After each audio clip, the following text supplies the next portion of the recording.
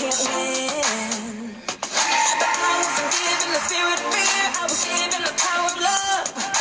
Everything I've been fighting against, I'm gonna lift it up. I wanna be fearless, no holding back, no backing down.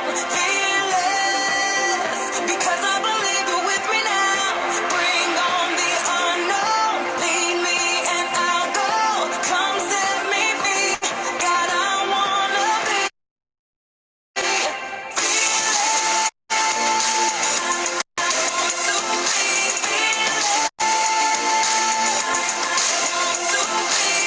these mountains, these giants will fall at a single word. In your name, in your strength, I'm more than a conqueror. I wasn't given the spirit of fear, I was given the power of love. Everything I've been fighting against, I'm gonna lift it up. I wanna All be right. Hello.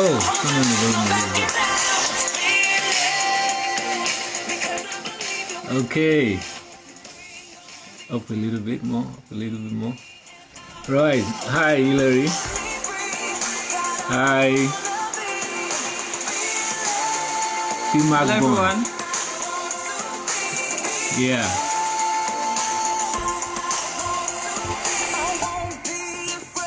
Right. Happy Sunday, Shade. Hello. Yeah. Hey T-Mac. Bimbo. Hey Bimbo.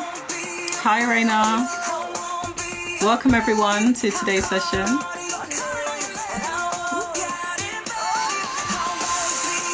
Yep.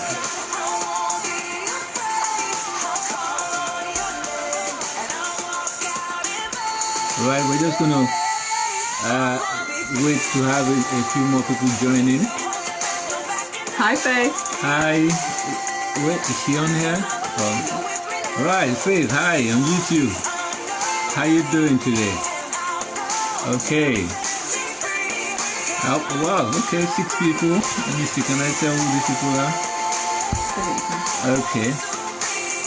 All right. Yeah, you can sit down. Right. Good evening to you all. That song, you would have thought that song was written alongside the book Fearless. Somebody sent me the song in the course of the week. So, if you have any, songs that you're loving at the moment, yeah, Faith, happy Sunday.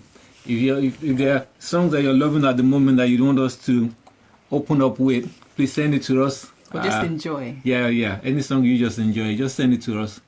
Not just single, you know. But I like a single. Yeah, you like a single. I know you do. But if it's just something fresh, something different, send it to us, and we will start out with it. Okay. I hope you guys are having a good Sunday so far. It feels like right. Hello everyone. Okay. Hey Lisa. Lisa. Singer is a tune. Yeah, it is a tune. It's a tune. You're enjoying the book. Hey Manny. Yeah, well thank you, Manny. I'm sure you got you got your copy in the post. Hi Vila. Nikki. Hello everyone. Kunle. Yep. All right. Good to have you guys here with us on Sunday. Hey Lisa. Hi Fumi. Hi. Right. So we're getting started now. Thank you, Lisa. Single. Yes, I know you love single, please. But on the blue sofa, we just want something different. Okay, thank you. What is okay? Well, just send them in. Now I'm sure we're going to have a whole lot. Man is reading Fearless as we speak. Or wrong timing. You should be watching blue sofa as we speak. Okay. Right, but it'll be good to get his feedback, and anyone else that's read Fearless, please send in your feedback. It'll be good to actually have it on Amazon. Yeah, if you can write a review on Amazon. That'll be great. Yeah. All right. Cool. So welcome to today's session. So we've got a packed session today. So should be quite interesting. So like last week, for those of you that joined us last week, we were speaking about the way that George Floyd was killed. And we had quite a few discussions around that topic. And we thought, kind of as the week has gone by, it's still dominates, and rightly so. So we thought we'd speak about race and the workplace. And so that's kind of what we're going to tackle this first part of today's session. Hey Fade, how are you? Good to see you, Jumoke, Digilawal. Right, okay. The reason why we thought we should actually have this conversation about race and the workplace is because I think from last week we kind of all agreed, or at least in the conversation, we got to the point that we agree that it's institutional in many senses. In terms of racism and all that. So, which means that in every facet of life, workplace, whether you're a civil servant, in business, whatever it is. The business. Sorry, the question. Okay. Okay. Right. Yeah, but the question box is on anyway. Yeah. So, so we thought that, one sure way to tackle racism would be from the workplace, amongst other places of community, as it were. So today we'll be looking at that.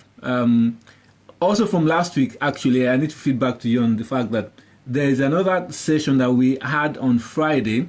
So as a build-up from the conversation that we had on Sunday, we actually had a leaders session. When I say leaders session, we had Pastor Shola, another pastor of the Ark Church, and Leroy Logan, and a few people in the audience. So we actually did a live Zoom session, which was recorded on Zoom to be released shortly, possibly tonight on YouTube. Amazing session. I think it was very, very full of insight. And a wealth of experience from the police, former police officer. Former police officer that we had on the live show on Friday. Would you call that live? Well, it's not live. It was recorded anyway, so we had it on Friday. A discussion. And we'll be releasing it possibly tonight or tomorrow. So watch out for that. It will be out there on coming soon. Instagram and YouTube. On YouTube. YouTube, yeah. So. Fumi, you're going to read that. Okay, so we're talking about race in the workplace, and so please, kind of, if you have any experience whereby either positive or negatively, where kind of race has had an impact on your work, you getting jobs or whatever, then please do share it. So you can put it in. Please use the message if it comes up. Otherwise, you can just type it in. So I'm just going to share this. So this was something that someone sent, and this person is a HR professional, and her role is to help HR professionals develop and grow. And increase their confidence. So she said that she's been thinking a lot about how she's handled racism in the workplace as a HR professional. I'll just read it in the first person. So it's one situation has been playing on my mind where I could and should have done better. I was hiring for a HR role to join my US team a few years ago. I put 3 candidates through for second interview, all African American, one whom I thought was particularly strong. All were rejected by the panel, but primarily by the same leader who had the most influence in the organisation. His reason for rejecting my favourite was because of the way she said the word ask. Ask? He said she uses ethnic slang and it makes her sound unintelligent. No one on the review panel said a word, nothing. From that point on, the candidate was deemed a no. We knew this wasn't going anywhere without his support. I took him aside after the meeting and told him it was unacceptable, but he adamantly refused to accept it was racist. I didn't push any further and the candidate was not offered the job. My fear for my own job got the better of me and ultimately the job went to a white candidate. I am and always will be furious with myself for this. No more. I won't allow myself to fear the loss of a job in future if I see something is blatantly wrong, discriminatory, or prejudiced. So, I mean, one of the things that have come up from this whole George Floyd situation is the fact that it seems to have helped or made it a whole lot easier to have conversations along the lines of racial divide. Yeah.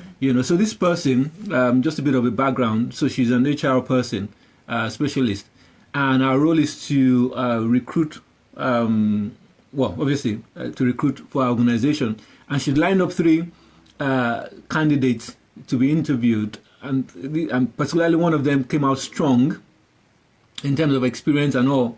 But then the boss, the main guy, refused to approve that appointment because he felt that the person had a strong accent. No, not a strong accent. What?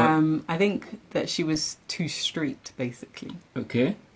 I think that's my interpretation. Too strict. Street. Oh, street. Okay, yeah. street. Okay. She used ethnic slang. The way she said "ask." Okay. Right. Well, I mean, if you're going to go by your accent or the way you use words, some of us won't get jobs. So and it would be a loss, to a lot of organizations, because if you're going to judge a person by the way they speak, for me it's quite a shallow way of making an appointment. But that is real, and I think yesterday we were also talking about the fact that I think personally, in a way to tackle this issue about race, one sure way, on a very personal level, it's great. I think it's great to protest and do all the things that we're doing now. Of course, not the violence, not the bit about the violence, right? But on a very personal level, I think if each and every one of us would aspire to really become their best at work, not just in what they do, but to aspire to the highest level possible at work, I think it would make a big difference.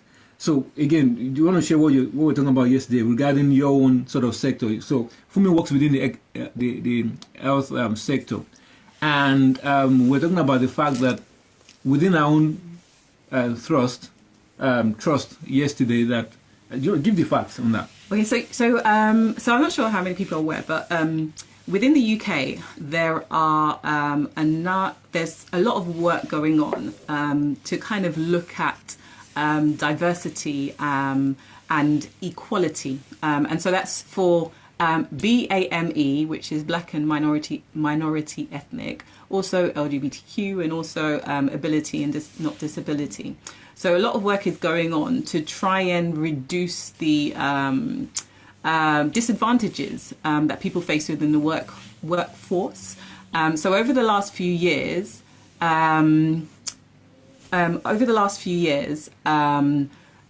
each year, NHS trusts have to report their kind of their workforce data, which is like how many people class themselves as BME or white, and their experiences in the workplace. And so the aim is to make sure that there's equality with regards to recruitment. And when you look at the figures, there has been improvement over the years, but it's not in line with either the number of BME people that work within the NHS or that live in a certain demographic. So for example, if you, it's called the RES data or WRES data. So if you look at London, for example, so 45%, approximately 45% of people that work within the NHS, and that's also in hospital and outside of hospital, are BME, yeah? So that's 45, almost half, yeah? But if you look at the breakdown with regards to levels, the number of people that work in high levels is actually much lower than that. So if you look at, let's say, band 5s, so within the NHS, people are normally graded in bands, so from 1 to 9, and then there's various very senior manager. So if you look at bands 5, so band 5, about 50% or so of people that class themselves as BME, have I got that right? Yeah. 50% or so that class themselves as BME work at that level. Yeah. If you go to lower bands, so band 1, 70% of people that work in the NHS at that level are from BME. 70%. And when you think that, if you look at the demographic in the UK, I think in England as a whole, it's about 16% are BME. So that's a significant, so more people work in the NHS as a sector than are in the population. Yeah, if you look at the population as a whole. And overall, 20% of people working in the NHS class themselves as BME. Yeah, but if you look at banding, so approximately 50% band 5. But if you look at the higher bands, so let's say band 9, yeah, only 12% of people that are working at level band 9 are from BME. So that's an underrepresentation. So why is it that as you increase in band, the number of BME people that work at those higher levels decreases? And so I know particularly at my trust, there's a lot of work going on to educate people on the recruitment process and also to make people aware of unconscious bias. So if people are aware of unconscious bias, that's where that people may not be overtly racist, but they have biases based on either what they've seen or their experiences or whatever. So they're less likely to recruit someone from a BME background.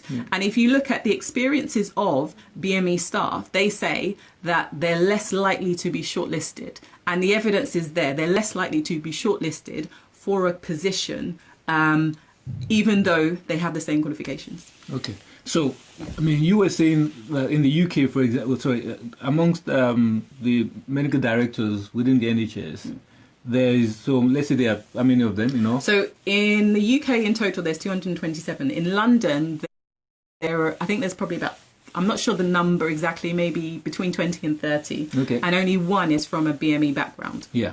Now, and clearly, so that doesn't represent the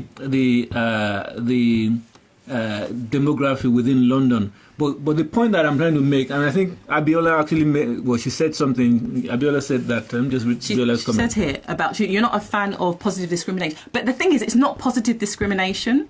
It's basically people that have the same qualifications, yeah, the same experiences, but they're BME, they're not getting the job. So it's not positive discrimination. It's about unconscious bias. Yeah.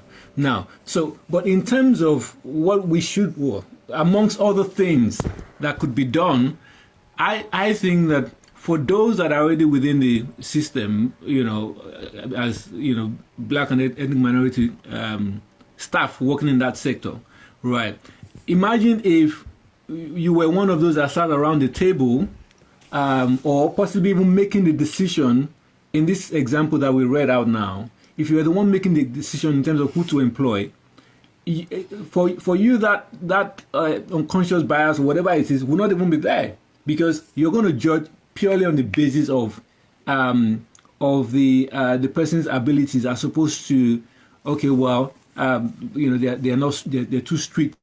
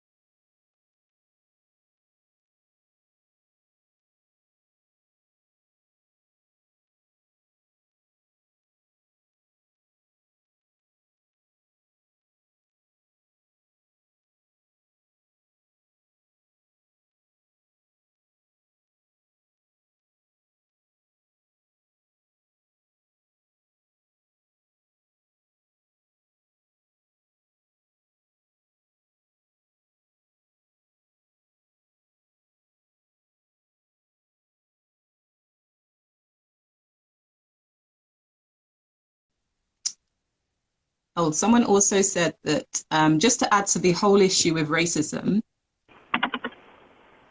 Hello. Hello. Can you hear me? Hello?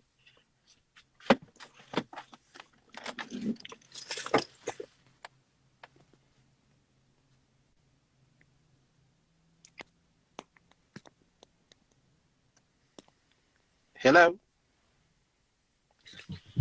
I can't hear you. I don't know if you can hear me, but I can't hear you. Hello? Yeah, I can hear you now. Hello? Hello? It's very faint. Hello? Should I go out again and come back in? Okay. Can you hear us now? We can hear James, but not for me. How about now? Can you hear us now? Let us know if you can hear us now. Okay, let's try it again. Top one. You can hear us. Okay. Hopefully we'll get it right this time. Very well. Hello? It's gonna, since my face showed, I couldn't hear you again.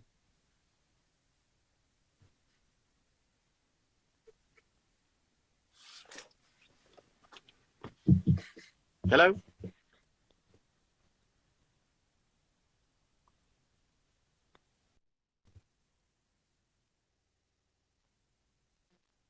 Once you connect somebody else, the connection just breaks. So, but James said he had a contribution. Well, going back, I mean, again, we talked about the Josephs of this world, the Daniels of this world. We have the Esthers as an example. You know, I don't think that there's actually one. I don't think there's actually one solution to this. But I think that on a very personal level, Manny. yeah, on a very personal level, I think that okay, as a pastor, but also as a business person, I'm thinking, you know, in the sector that I work in. I mean, most of you guys know that I do property development. Let's try James one last time. Right. If you share your contribution, even if they can't hear us. Hello? I'm not sure if you can hear me, but I'll just quickly say what I need to say anyway. I've been in the UK for about 25 years, and I can honestly, sincerely tell you that I have never once in my life experienced racism in any way, shape, or form. I would say that, whether as a cleaner, as a security guard, or as a lawyer, I've always strived to just be the best I could. Even there was a situation whereby when I was security guard, two of us, myself and a white person, we committed the same offense. It was blatant error from both sides. And they sacked this girl and left me on. So if they had sacked her or sacked me and left her, I could have said they were racist. But they weren't. I've been in many sort of troubles, but putting my best in at every point in time has, and God's grace has always helped me. Helped me as a person, and that's what I just want to say, that, if, of course, you're in this country and maybe you have issues with accent or whatever it is, you have to still work on it. We have to try our best to be the best you can. And the police have actually, there was day I was driving, and unfortunately for me, I was rushing somewhere, and I saw some cars, and they slowed down. So I just picked up, I started driving faster.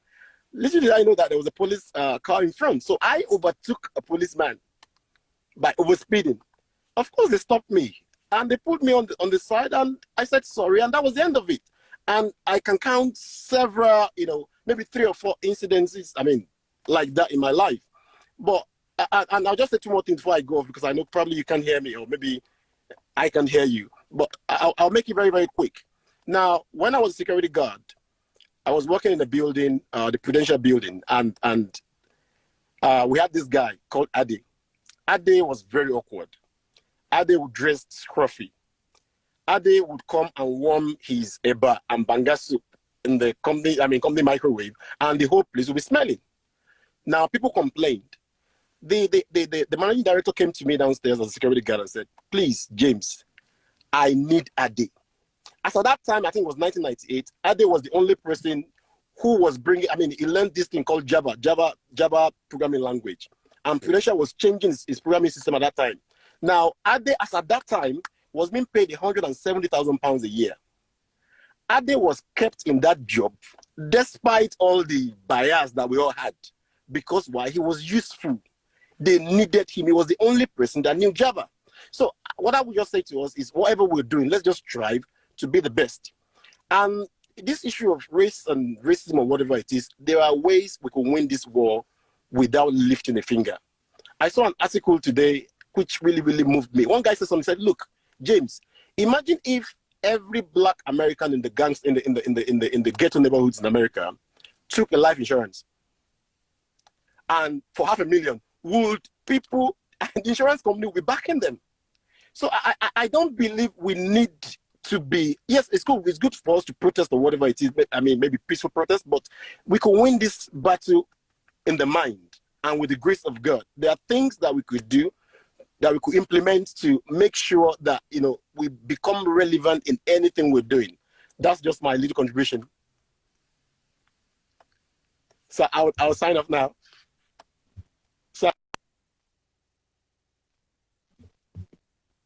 You hear us? You can hear us now? Yeah, can you hear us? Yeah. Okay. All right. Well, can you guys hear us so that we can keep speaking? Yeah. All right. Thank you for sharing. To be honest, James more or less very well articulated my thoughts, pretty much. And I actually do believe that I can't really tell. I can't say that there was a time that I, maybe one occasion that I thought maybe this person was racist. But very rarely have I experienced that. But now coming back to the workplace situation that we're talking about, as James rightly said, if you become, and a lot of us are, assets in our organization, using the example of the guy, you become a need, more like someone that they cannot just think of getting rid of in that way, So, as we round up this part of the conversation, just to reiterate what I'd said about the likes of Joseph, we said Daniel, one thing about Daniel is that in the midst of everything that was going on, they actually made up their minds to set themselves apart. They were not, could you share, please? Manny, you can share, but okay. Yeah, Manny. Request to join, Manny. Request to join. Then if you just share, even if you can't hear us. Yeah. If you can do that. Thank you for me. You're right that there are differences between the US and the UK. I haven't really looked at France as an example, but there are definitely differences in the rates. Okay, right. So those on YouTube, if you have any comments, we will take them as well. Someone on YouTube said, ensure you are adding value wherever you are, and that's the point. As Christians, we're called to be light in our generation at work. I firmly believe that if a believer or a black person or whatever call you, if you can actually go ahead of your people in a sense and have a seat at the table, you'll be able to influence what's going on around that table. And I think that should be an aspiration that we all should hold. Right. So we're waiting for Manny to join. For Manny to join. He did say he had a contribution, unless he was just joking. Yes, you have to do it. Okay. It's true. Okay, so So yeah, so just going on this. So the main thing is, you know, like for us to kind of continue to aspire and think that having the purpose that, you know, if I think there's something about representation, if we do see more people of color at higher levels, it can encourage those coming through, and also it can ensure that when the conversations are being had, that people that are willing to speak out against discrimination are there in the room. Yeah. Has the sound gone? Hi, sorry. Has the sound... Can you hear me? You can. Okay, I would just like to say I totally disagree with what James said. I've, on two instances, two experiences of racism in the UK. With regards to not being stopped, I mean, there's so many young black people that get stopped on a regular. I've been stopped on 3 occasions in the country. I was stopped doing a paper run as a 13-year-old to, you know, carrying, I don't know if anybody is aware of, you know, carrying paper run bags. You know, they stopped me saying, where are you going? You know, quite clearly I was carrying a bag full of newspapers, you know, as a 13-year-old. I've been stopped driving in a car with my friends in the middle of Brixton. I don't know if you know, Brixton, the main roundabout, or not the main centre in Brixton, we were stopped. They asked us to come out of the car. They searched us in the middle of Brixton, everybody driving past, all the buses, looking at you as if you're a criminal. They said apparently the car was involved in something in Manchester. I've been stopped driving back from shopping. You know, the guy said, oh, I was driving erratically. You know, he just didn't like, he wasn't happy with the car I was driving. So he stopped me, asking me silly questions like, you know, the car was registered in Lisa's name. He said, oh, you shouldn't be driving. He said, oh, the car was registered in Hackney or whatever, but you live in Streatham. So those are the instances of being stopped by the police. Now at work, I was at a bank. I was hired by a West Indian guy. And so I was working for him for a couple of years. I then wanted to hire, we had a position in my team. There was a Nigerian guy who worked in another team in the bank, who was a contractor at the time, and he was a perfect fit for the role. He had experience working in the bank. He understood what we did in my team. So he spoke to me, said, Manny, I wanted to apply for this role that you're recruiting for. So I spoke to my boss. I said, by the way, before we go external, Deji in financial control is interested in this particular role. My boss pulled me aside. He said, Manny, I'm a black guy. I hired you. If you hire Deji, people will start talking that we're just hiring black people in my team. White people don't have to deal with that. Every bank I've worked in, you get one Asian guy, all of a sudden you have 6 Asian guys working the same team. You have one Italian guy, you have 6 Italians working the same team. You have one Jewish guy, you have 6 Jewish guys working the same team. Whatever nationality, Polish, in banks that I've worked in, you see clusters of communities. They hire one comes in, they hire. Do you understand? Black people, other races or other groups do not have to deal with the same, oh, if I hire one black person, people will start to talk. You have to consider this. In my current bank, right, I was hiring for my team. The best candidate, again, maybe it's me, was a Nigerian guy. We then it went through the first rounds of interviews. So we put forward 2 guys for the final role for my team. So then we had a final interview with with a co-lead in another team and our boss. So I lead my team. I have a colleague who leads his own team. So we had a meeting to discuss who we're going to choose for the role in my team. So they said, oh, this guy, this Nigerian guy, oh, you know, he was on paper, he was the best interview, best qualified experience, but they said their only concern was team fit. So I said, no, what's team fit got to do with it? I said, no, he is the best person on paper, and I insisted that I hired him for my team, right? So that's where representation is important, because if I was not there, he would not have got the job. That's racism, right? So I didn't raise it with them as a big issue, but I just put my foot and I said, I personally think he's the best candidate for this role. So that's where we need representation, and that's where we lack, where we don't have enough black people in senior positions, okay, for, to give us agency to advocate for us, or to, as sponsors, so that people can develop in their careers. And that's why you have the problem in the NHS. You can get them in the door in lower positions, but to rise up the rank is a problem, because you do not have people to fight for them, to advocate for them, to, to legislate that, yes, this person deserving of this role and can do this role, because they will look for excuses and reasons for you not to get the role. And I have seen that personally myself, for applying for roles in the bank. Somebody else gets it because they've already decided that this person is going to get the role. That's what we deal with. Okay, so that's my point. Can't hear you, Pastor Banks, so you probably need to kick me out, and then you can listen. The audience can hear you. Honestly, even though Manny came on saying he strongly disagreed with James, I would say that at the end, you guys, both of you, more or less, kind of helped summarize what I'm trying to say, or what we're trying to say here. Now, the point is, you can't, Manny, you can't take away from James's experience. That's his own experience, and that's fair enough.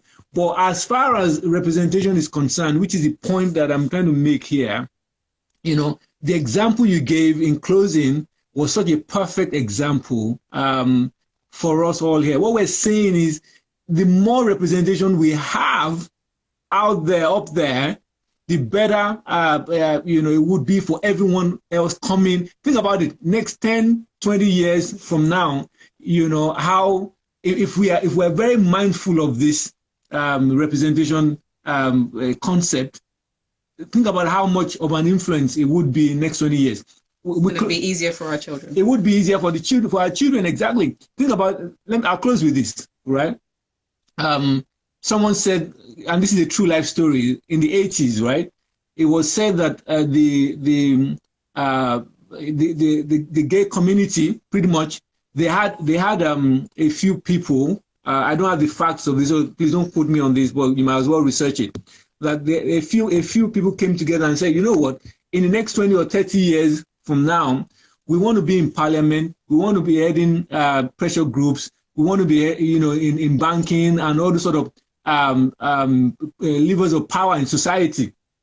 And think about it, 20, 25 years, we see them everywhere, and they're able to advocate and well represented in the corridors of power. So as such, they have a voice, So it's one thing, it's good to protest and all that, but there has to be a strategic plan, long-term, to be able to have people in the corridors of power where you are seated around the table, where these decisions are being made.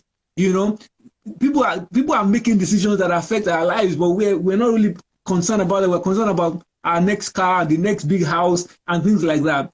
There's nothing wrong with that, but the point should be, we should be thinking about, T-Mac, thank you for, so more or less T-Mac just backed up my point, So that's the way I think we all need to be thinking about these things, I mean, for me, it's clear for us to see. Anyway, we've sort of run out of time on this conversation. I'm sure that you guys can see that it's an interesting one to have. So we're going to invite. So we're moving on to the second half of this conversation now. We did say that with the lockdown gradually being eased up, every one of us should really be looking at the next steps for them in their finances, and just making plans on how to move on. So I'm going to invite an investment analyst, Ebele.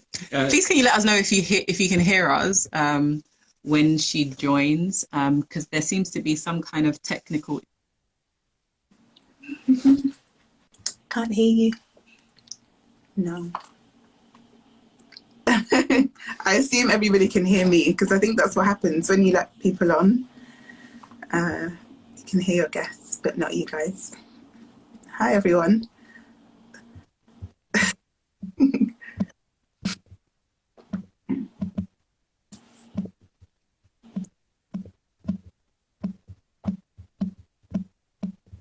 Sade. You guys are funny. Can you hear me?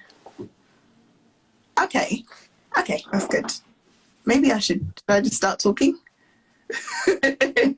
Okay, so they sent me a few questions before this, and really I think what I'm going to try and do today is just kind of talk about coronavirus, the impacts that it's had maybe on the economy, and then maybe think about how we can position ourselves to kind of benefit from the situation that we're in and make sure that in a time of crisis we can come out at the other side with some financial stability, essentially. So one of the first questions that they wanted me to kind of look at was what sectors performed really badly when the crisis hit. And it's quite interesting because during a time of crisis, you tend to have safe haven assets. So things like gold, people will buy because it tends to outperform in times where there's uncertainty. But what was interesting about this particular crisis was that March 17th, we had a massive stock market fall, and things that you typically think are safe havens like gold, their value also plummeted as well, alongside stocks, alongside, other assets right across the board. And partly the reason for this is that in a time of crisis, people are looking for liquidity, they're looking for cash, they're looking for money to be able to meet the liabilities that they have. And obviously at that time, people are not having the standard cash flow that they normally have. People are losing jobs, they're not getting the income that they have from the tenants, from the properties that they rent out. So they're having to sell the assets that they have in order to meet those liabilities. So that's why we saw a massive drop off in asset prices and value. So when I think about what the worst sectors were, it was things that were very cyclical and unnecessary. So when you think about consumer staples are things that we always need. We'll always need food, we'll always need baby powder. So those companies did really well. Things that did badly were like industrial companies, retail, obviously, because no cinemas, no shops, no restaurants were open. Aviation, we saw the whole airline industry basically shut down across the world. So it was unique in the sense that it wasn't like the global financial crisis where it was quite isolated in buckets and it was very much a financial stress test. This was right across the board, and particularly across areas that we typically think will kind of continue through crisis. So then the second question I was going to cover today is, okay, so we want to invest, and we know that it's important to invest, and we know that over time assets can give us returns and give us value. But I think it's important to ascertain the difference between what gambling is, what trading is, and what investing is. So gambling is, I've had this discussion lots of times, and you can say that anything in life is a gamble. Walking out your house today is a gamble because you could get hit by a car. But I'd say gambling in this particular definition is when you kind of put your money into something with no logical thought, and you just kind of think, okay, if it works out and I get more money, that's great. If not, then there's nothing I could have done to mitigate that. You just take that risk. Then we go on to trading. Trading is when you do kind of look at the value of an asset. You might say, okay, I'd like to trade and buy a share of a company. So the way that you can get ownership of a company is by buying equity or buying shares. And if you think about a company as a cake, it's like having a slice of that cake. And if the company does really well and they generate lots of profits, then that value of your slice of cake increases over time. So what traders do is they understand, okay, this is the value of this piece of the company that I have. I'll buy it today and I'll look at the movements of price and see if I can make a quick profit and maybe sell that share tomorrow. So traders have a very short-term view when it comes to changing hands of money. Then when we move on to investing is similar to trading in the sense that, okay, you know that there's intrinsic value in the asset that you're buying, but investing, where it differs, is your time frame. So when I think about investing, I think any money that you're putting to invest now is money that you don't need for the next 5 years. So it's very much a long-term, measured approach to growing your money. So the third question that I was meant to answer today is, what do I recommend first-time investors do? Like, how do you get started? What do you need to think about before you start investing? So first of all, I'll think about the idea that you need to decide what type of investor you want to be. So there's two types. You can think about investing actively, or you can invest passively. So an active investor you're constantly engaged. So you will pick out individual stocks, you'll pick out individual securities, you'll say day to day, these are the individual things that I want to use to build up my portfolio, and you will manage that yourself and you will take complete control. Whereas with passive investing, it's very much taking a step back. So an easy way to think of passive investing is you kind of hand over control to somebody else. So there's two easy ways the analogy I use for the two different ways is, okay, active investing is you like to go shopping for clothes. You'll walk into the shop, you'll choose your dress, you'll choose your trainers, you'll choose everything that matches your outfit, and then you've got a complete outfit to wear out. Whereas with passive, you could have a stylist. So that stylist, you say to them, you know what, I like the color red.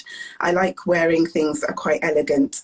They go off, they pull that outfit together for you, and they then bring it back for you to wear. That's the difference. And you need to kind of think about, okay, how much time am I willing to devote to investing? If you don't want that much time put into it, then go for the stylist. Go for what we say is a robo-advisor. So robo-advisors will pull together a portfolio for you based on your risk profile, based on your investment goals, and then you don't really need to think about it. So I'd say that there's probably three key things that you need to think about as a first-time investor. The first thing is diversification, and that's essentially a way of mitigating your risk by having lots of different types of investments. Some people who have a lot more, I don't know about bravery, but they have a lot more of a risk appetite than I do. They're happy to take a big lump sum of money and put that all into one company in the hope that it will rise and return. But the risk with that is if that company goes bankrupt, as we've seen with lots of companies recently and over time, then all that money that you've got is completely gone.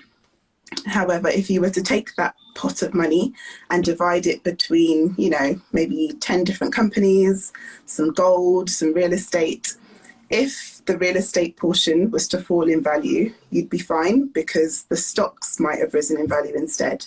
So you're just kind of mitigating your risk. So diversification is the first most important thing. Secondly, pound cost averaging.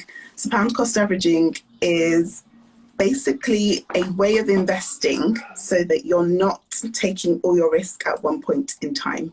So you would decide to take a set amount of money and invest it each month. So you might say, I've got £100, I'm going to put £100 into my investment each month. And essentially what that does over time is it mitigates the risk of you buying at a really expensive value.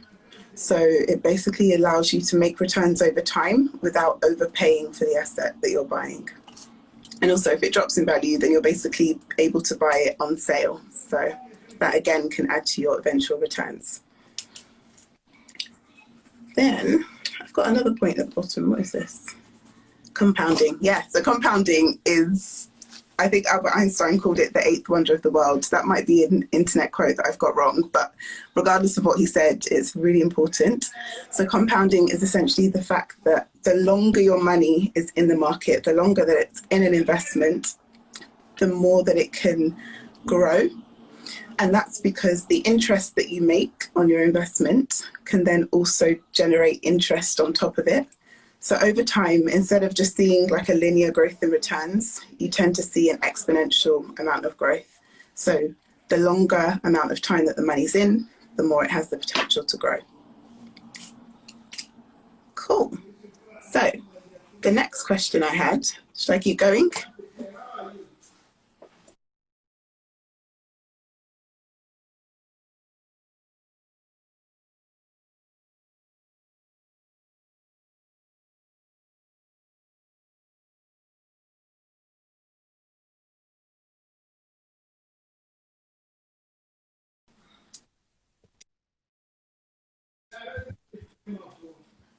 Oh, wait a sec. Question. Oh, question on debt. Okay, so that's the, should you invest if you have outstanding debts? There we go. I would say it depends on what type of debt.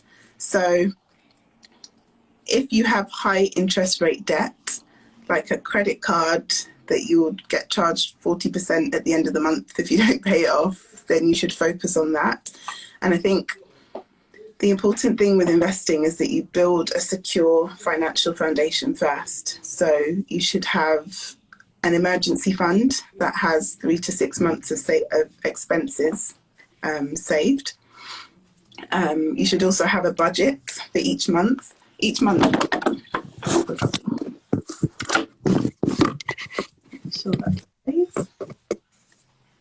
we go. So each month you should know where all your money is going. So you should know that these are the hard expenses that I have to pay off. This is the money that I'm going to put towards saving, because remember, saving is not the same as investing. Saving is your short-term goals that you have maybe over the next few months to a couple of years. And then once you've got emergency fund, you've got your savings, you've got an idea of where your money is going each month, then you can say, actually, I've got 10% of my salary. Asked when it comes to debt is, should I invest if I have student debt? And I would say you should be paying down that student debt. Like, don't ignore it and pretend it's not there. But you should also take, if you've got the things I've mentioned before, you should also actually be investing as well. Because student debt, the interest is maybe 2 to 5% each year. And with investing, you can actually make a lot more than that as well. Cool.